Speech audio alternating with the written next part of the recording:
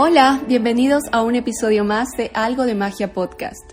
Yo soy Pa Vélez, tu host, y estoy muy feliz de tenerte en este espacio. El día de hoy vamos a dar unos pasitos para atrás y vamos a volver al formato de la primera temporada. Hoy voy a estar yo sola aquí hablándote, porque quiero que este episodio sea un poco más personal, más íntimo. Voy a estar respondiendo a la pregunta de por qué no grabé más episodios de Algo de Magia, qué proceso estuve atravesando, qué lecciones aprendí en este tiempo y unos cuantos consejos que me funcionaron para sobrellevar una etapa de autorregulación. Así que te invito a que me acompañes, que te quedes aquí conmigo y pues empecemos. Algo de magia es eso que vemos en todo lo que hacemos cuando empezamos a ver la vida conectados desde nuestro interior. Es como esa mirada de un niño feliz por ir a su parque de diversiones favorito o como el de un viajero del mundo cuando llega a un lugar desconocido y emocionante. En este espacio, como en la vida, nunca dejamos de aprender y descubrir. Soy Pa Vélez y esto es Algo de Magia.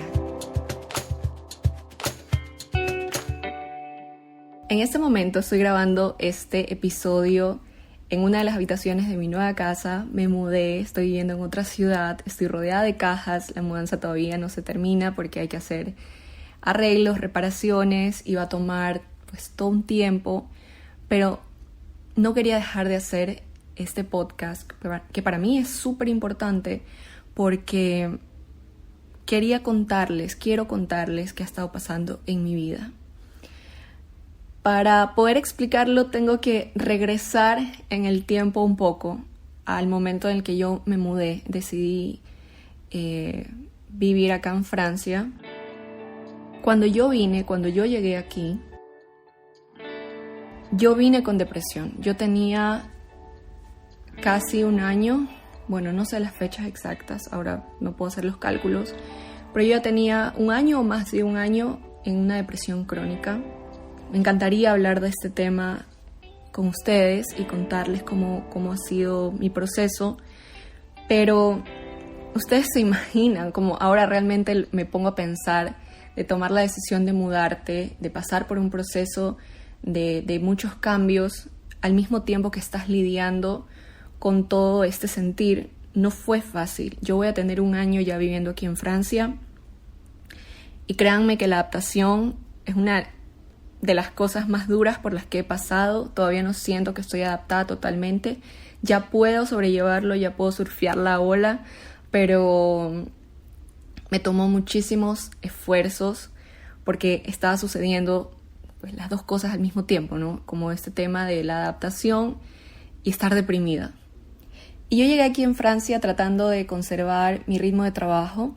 Uno de los trabajos que yo hacía en Ecuador es ser locutora, que todavía lo hago, pero con menos frecuencia. Y el hecho de tener una diferencia horaria de 7 horas, de por sí, ya lo hace difícil.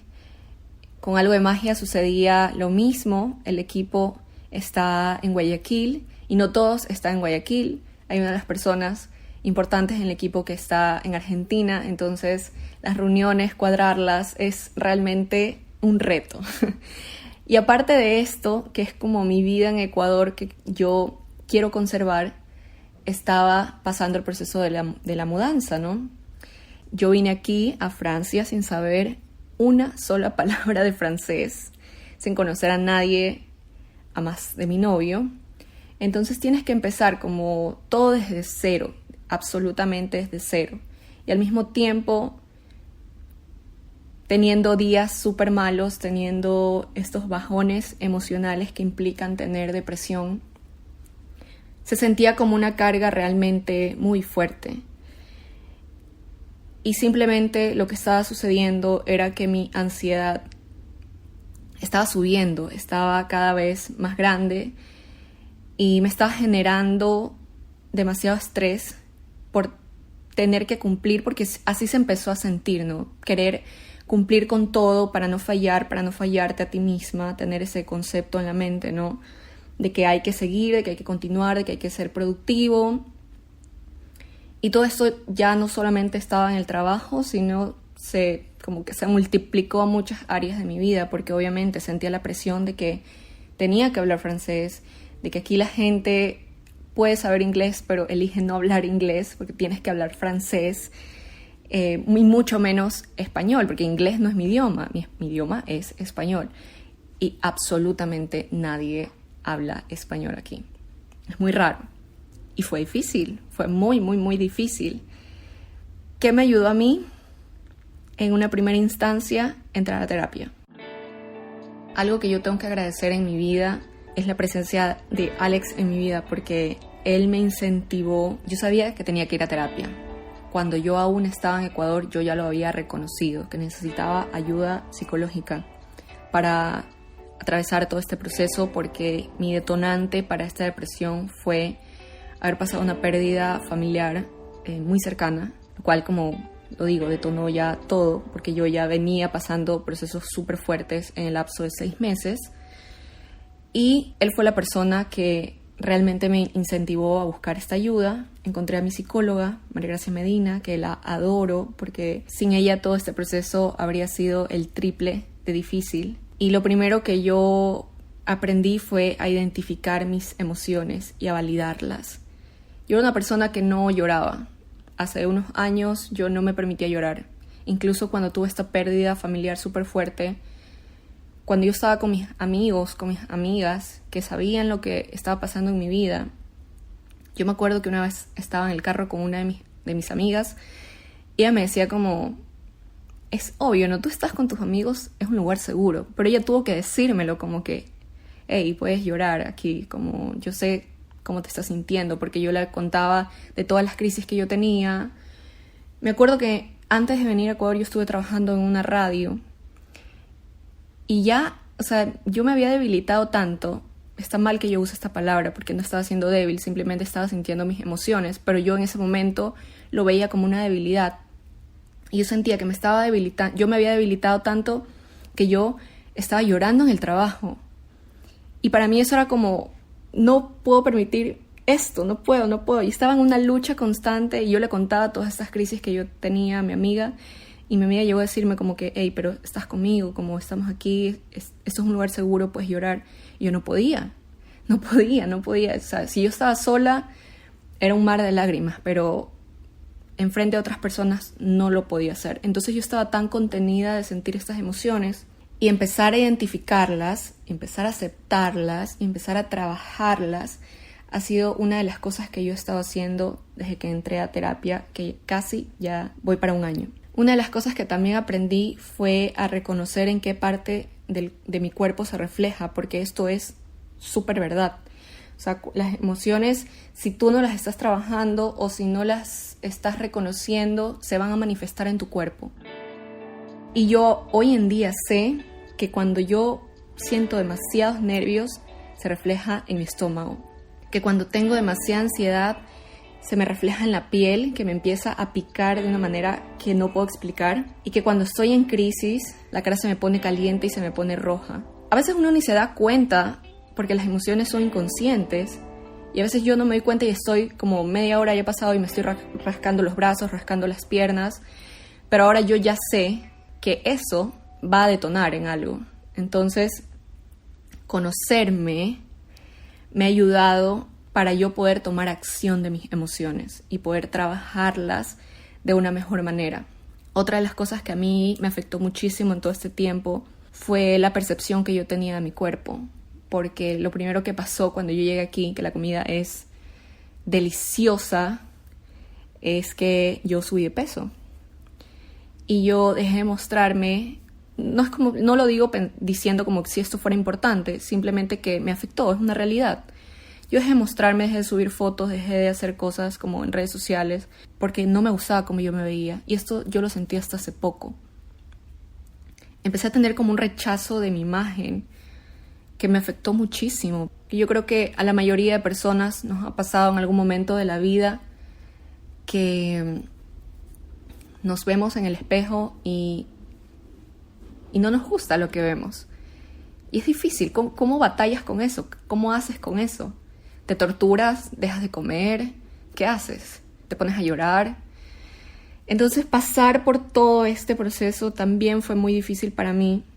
y yo no estaba haciendo nada, ¿no? Es como cuando dicen te dejas ir. Yo sabía que estaba comiendo demasiados embutidos, yo sabía que estaba comiendo a deshoras, estaba muy descuidada con mi alimentación. Iba más allá de un tema de imagen, también llega, que es lo más importante, al tema de la salud. Casualmente para esas fechas que yo me estaba sintiendo mal, tuve que hacerme unos exámenes médicos y obviamente me salió en los exámenes de sangre que estaba súper elevado mi colesterol, que estaba baja en plaquetas y es como, ahí tienes. Y ver eso, ver en números y que te digan que tienes como este desequilibrio, ¿no?, en tu salud, a mí me hizo tomar acción de cuidarme por mi salud, más allá de la imagen. Entonces entré en un tratamiento, lo cumplí al pie de la letra, mejoró, ¿no?, todo esto, pero seguía en segundo plano y no menos importante el tema de la imagen, de verme en el espejo, de sentirme horrible, sentirme fea y todo esto. ¿Qué pasó? Que yo estaba súper hinchada, me veía la cara hinchada, me veía la nariz como más gruesa y todo eso. Y voy a hablar específicamente del tema de mi nariz porque van a entender después. Cuando yo llegué a Francia, es que todo está conectado. Cuando yo llegué a Francia, yo llegué al final del verano. Y yo pasé por el invierno que me golpeó duro, me dio 2 cachetadas. Y ahí me dio sinusitis, pero una sinusitis con todas las letras en mayúsculas. Yo no podía respirar. Yo tenía unas crisis de sinusitis, pero terribles. Obviamente tuve que ir al médico, me hicieron algunos exámenes y me hicieron estos exámenes meses después, incluso ya estando en primavera, o sea, meses después. Y resulta que a mí se me había quedado esta sinusitis, pagó hospedaje completo, tengo los cornetes inflamados y me tienen que operar. O sea, a ese punto llegó. Yo no hice nada para ocasionar todo esto, pasó y me tienen que operar. ¿Qué sucede? ¿Por qué está conectado a lo que estaba hablando anteriormente?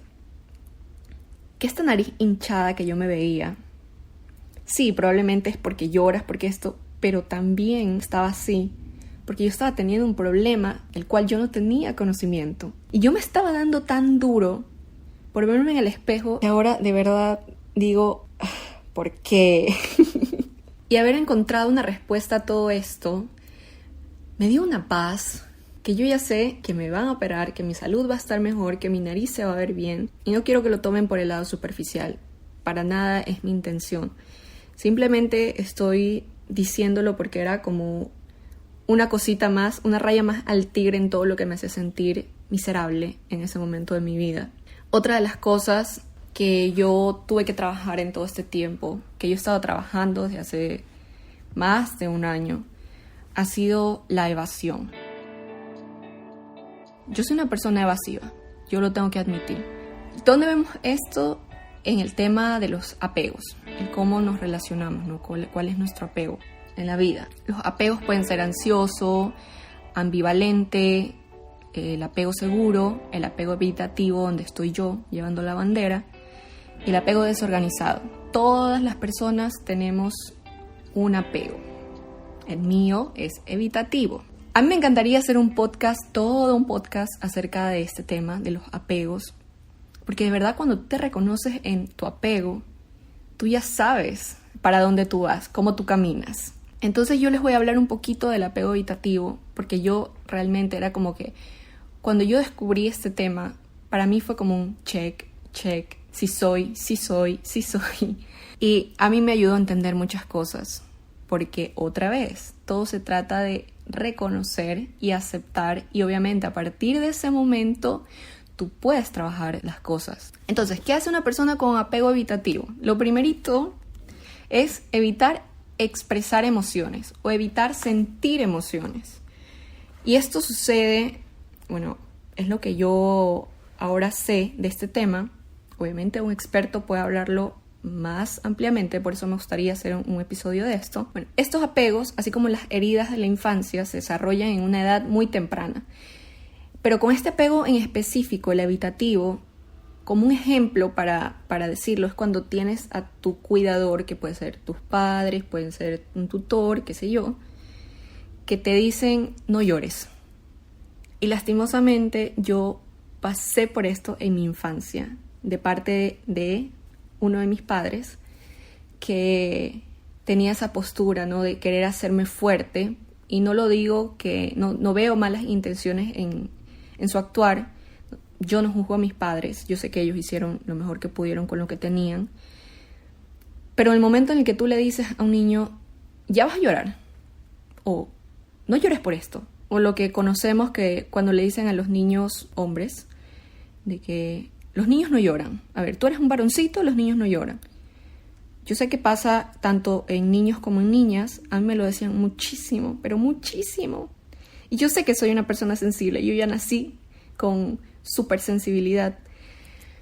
Pero por esa misma razón, mis padres me querían fuerte.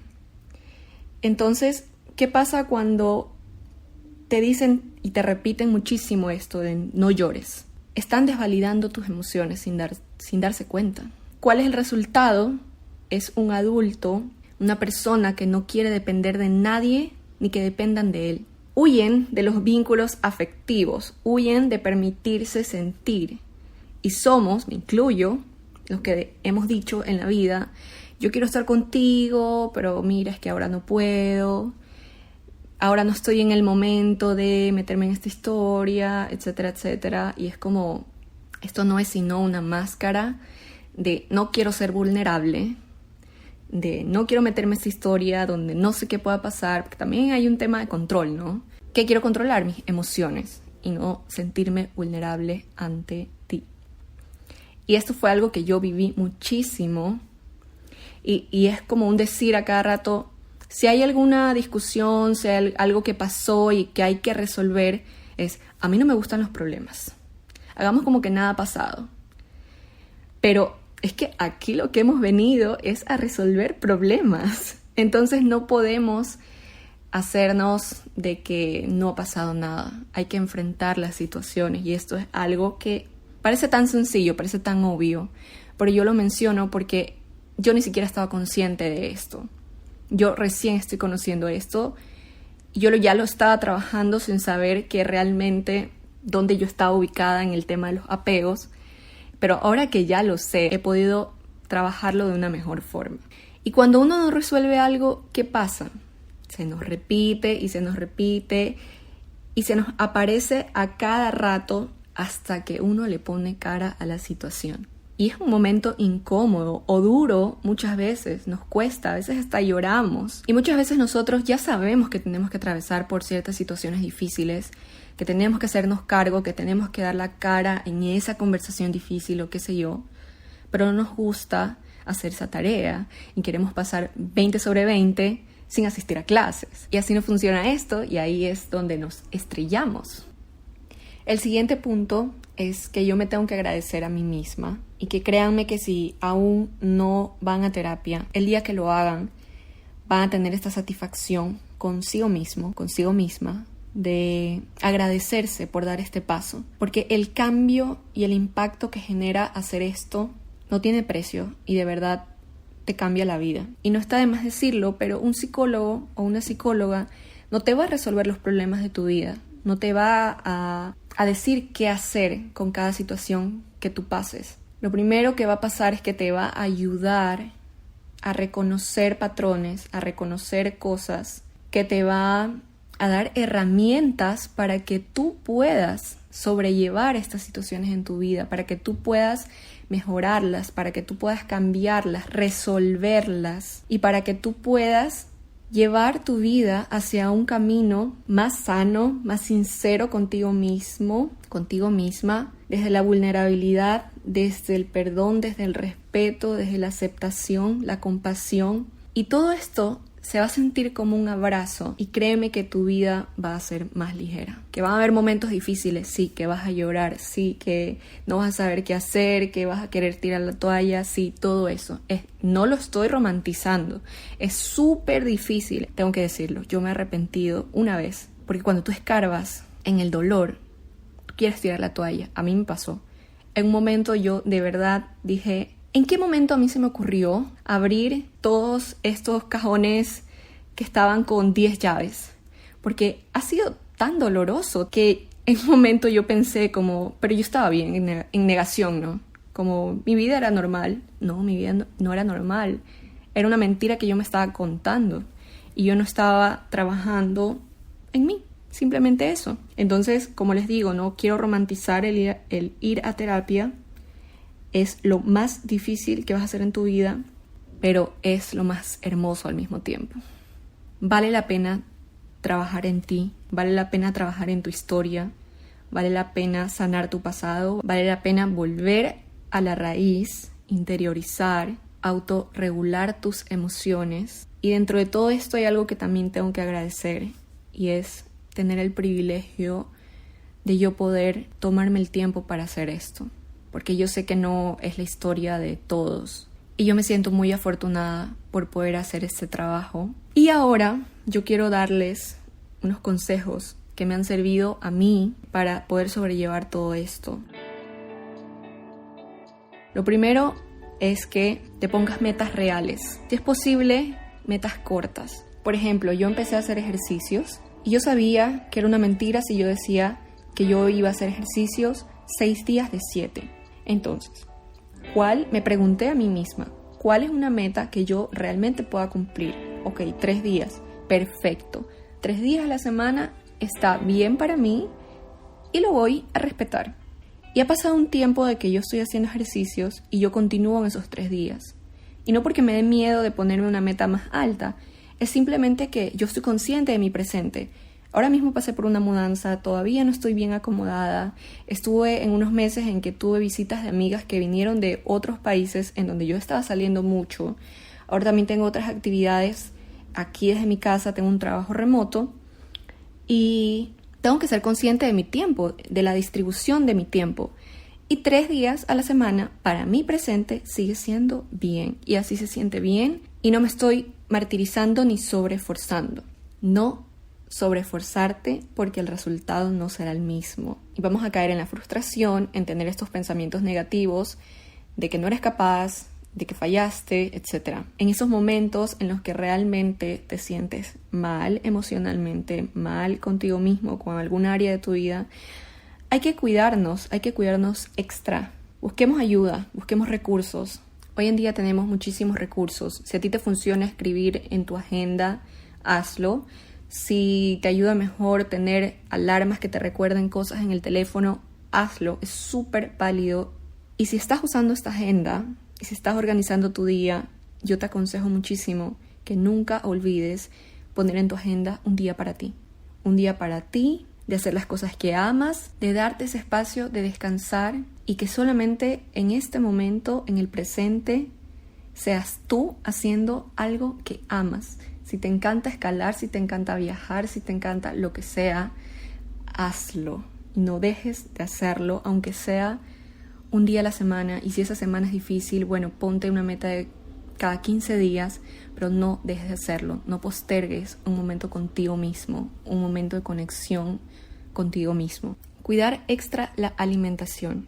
El tema de la alimentación merece también todo un podcast porque es súper delicado y merece todo el respeto. Y a mí lo que me ha funcionado hasta ahora es tener una alimentación intuitiva. Obviamente respetar ciertos parámetros que yo sé que van a ser lo mejor para mi salud, pero tener una alimentación intuitiva crea una conexión con tu cuerpo en el que tú conscientemente decides que los alimentos que le vas a proveer a tu cuerpo son lo mejor para su desarrollo diario. La alimentación intuitiva se basa en reconocer las necesidades nutritivas de nuestro cuerpo para así no caer en excesos o frustraciones. Y yo creo que el punto de todo esto y hablar de la alimentación, más allá de la imagen, lo repito otra vez, es honrar nuestra salud y hacerlo con una nutrición gentil para nuestro cuerpo. Otro consejo que voy a darte es aceptar de que no tienes que poder sola o solo con todo. Es súper importante esto, porque yo sé que es mucho más común de lo que pensamos. Una de las cosas que a mí me afectó de esa transición de pasar de Ecuador a Francia fue el querer conservar el día a día de mi familia. El querer estar pendiente, era como que pasaron unos meses de yo estar aquí en Francia Y era como si yo siguiera en Guayaquil, como si yo siguiera en mi casa, con mis padres, con mi hermano. Yo estaba pendiente de todo lo que pasaba. Y obviamente en el día a día hay problemas que resolver, hay cosas que resolver. ¿Y cómo resuelves algo si estás a 7 horas de distancia? Es imposible.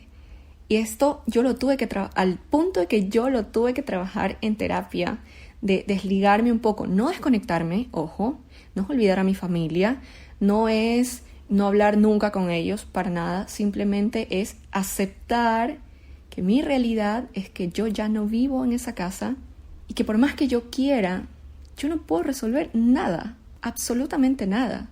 Que sí, te puedo dar una opinión, pero yo no puedo estar ahí resolviendo las cosas. Y eso es algo que a mí me causó, fue parte ahí, fue algo que también sumó a todo mi estrés general. Entonces, aceptar que no puedes sola con todo, buscar tu grupo de soporte, porque también sucede, y esto es algo que a mí me pasaba, yo tengo mis amigas en las cuales confío muchísimo, tengo a mis personas cercanas dentro de mi familia que conocen toda mi vida, pero como yo era evitativa, en el momento en que a mí me estaban pasando las cosas, yo no sabía comunicarlas.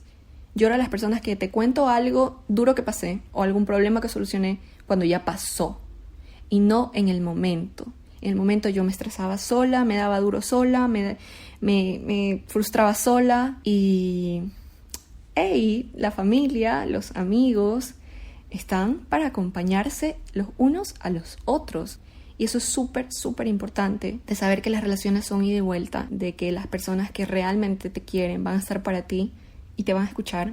Y con esto quiero cerrar este episodio porque quiero dedicarles este podcast a Dani, a Kerlen, a la llegada de Deza a mi vida, a mi novio Alex, que han sido luz realmente en mi camino y en este último tiempo que ha sido súper difícil. Y si llegaste hasta aquí, te mando un abrazo súper, súper, súper fuerte, que tengas una hermosa semana.